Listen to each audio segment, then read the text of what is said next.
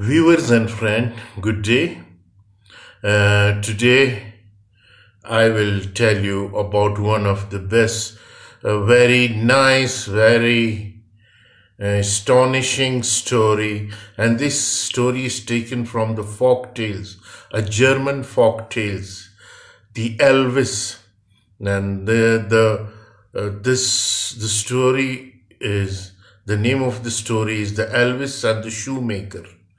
So this is a common folk theme in which one good fairy secretly helped good mortals, not only without taking reward, but in some cases objecting to payment.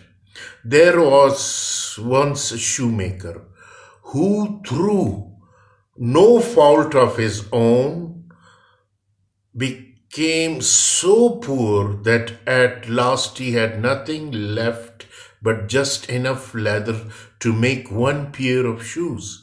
He cut out the shoes at night, and so as to set to work out the shoes at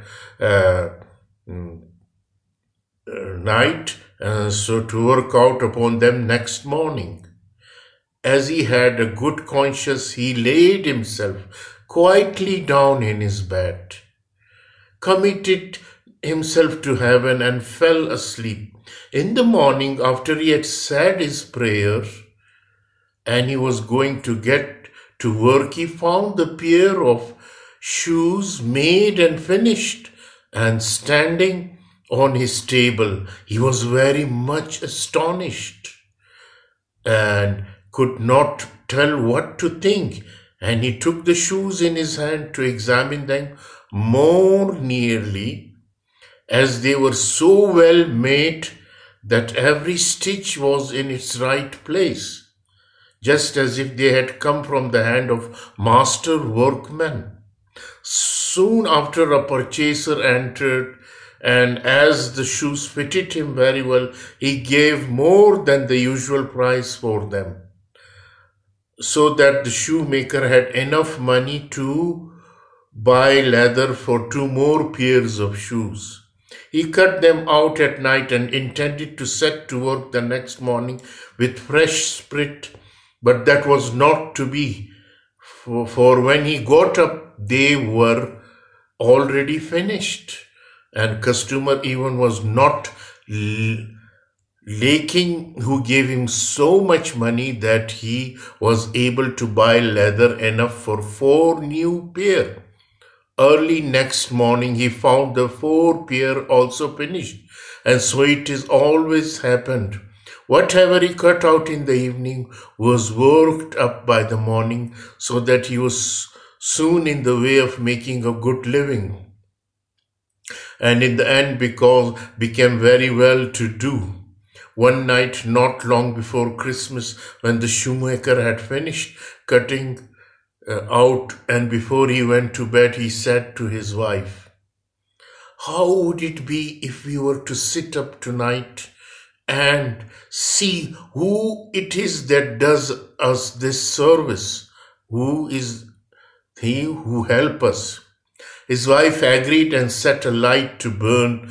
Then they both hid in a corner of a room behind some coats that were hanging up, and then they began to watch. As soon as it was midnight, they saw come in 2 nearly formed naked little men, who seated themselves before the shoemaker table and took up the work that was already prepared, and began to stitch, to pierce, and to hammer so cleverly and quickly with their little finger that their shoemaker eyes could scarcely follow them. So full of wonder was he, and they never left off until everything was finished and was standing ready on the table.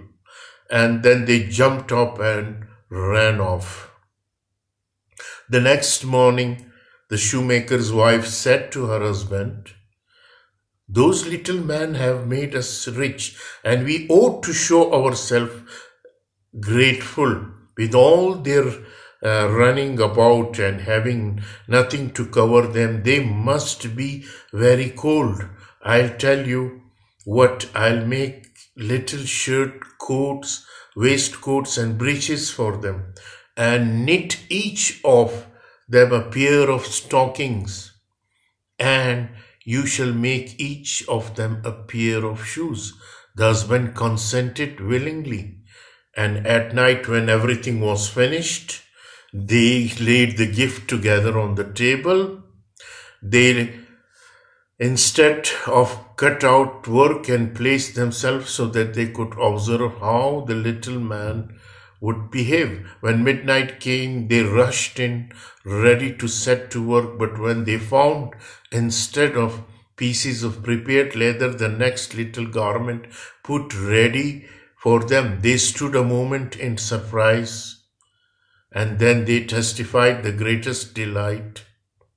With the greatest swiftness, they took up the pretty garments and slipped them on, singing. Then they whooped and danced about, jumping over the chairs and tables, and at last they danced out at the door. From that time, they were never seen again. But it is always went well with the shoemaker,